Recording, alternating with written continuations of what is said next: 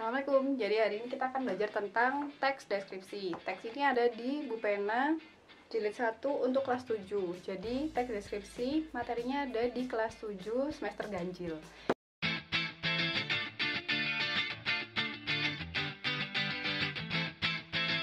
Apa sih teks deskripsi? Di teks deskripsi adalah salah satu jenis teks yang berisi penggambaran sesuatu. Teks deskripsi memiliki struktur dan ciri bahasa. Untuk kali ini kita akan membahas ciri bahasanya terlebih dahulu yang membedakan teks deskripsi dengan teks yang lainnya. Ciri bahasa teks deskripsi dibagi menjadi 3. Ada kata sifat, konjungsi, dan kalimat tunggal. Untuk kali ini kita akan membahas konjungsi.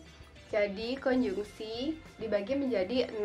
Dapat kalian hafalkan dengan kata balita sekat 1. Ba-nya adalah penambahan, li-nya pemilihan, ta-nya adalah pertentangan, sekat itu adalah konjungsi sebab akibat, dan sa-nya adalah konjungsi syarat, kemudian tu-nya adalah konjungsi tujuan. Sekarang akan saya jelaskan masing-masing dari jenis konjungsi. Ada 6 jenis konjungsi. Yang akan pertama kita bahas adalah konjungsi penambahan. Untuk mengetahui kata-kata apa saja yang ada pada konjungsi penambahan, kalian dapat menghafalkan dengan kata data gipul, singkatan dari dan, serta, lagi, dan lagi pula. Jadi ada 4 pada konjungsi penambahan. Kata dan, kita beri contoh kalimat. Ibu membeli apel, semangka, dan pepaya. Jadi ada 3 benda, tambahkan dengan menggunakan kata hubung dan, sehingga kata hubung dan masuk ke dalam konjungsi penambahan.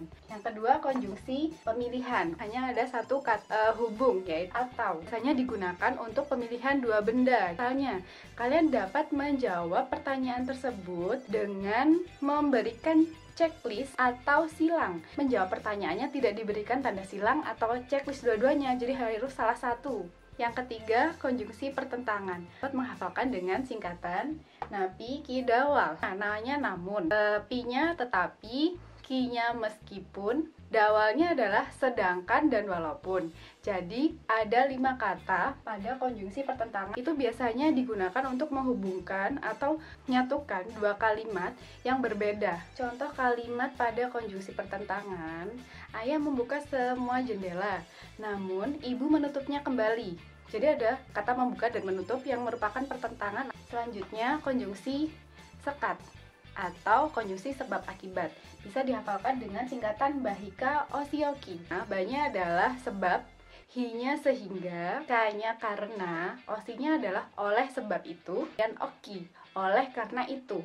Jadi konjungsi sebab akibat memiliki 5 jenis kata hubung. Misalnya kata karena, contoh kalimatnya, Andi mendapatkan nilai tertinggi pada ulangan bahasa Indonesia karena dia mempersiapkan ulangan tersebut dengan sungguh-sungguh. Jadi dari kalimat tersebut bahwa ada sebabnya adalah Andi belajar dengan sungguh-sungguh untuk mempersiapkan ulangannya sehingga berdampak baik terhadap nilai ulangannya yang tinggi. Selanjutnya, yang sa, konjungsi syarat. Bisa kalian hafalkan dengan jandata.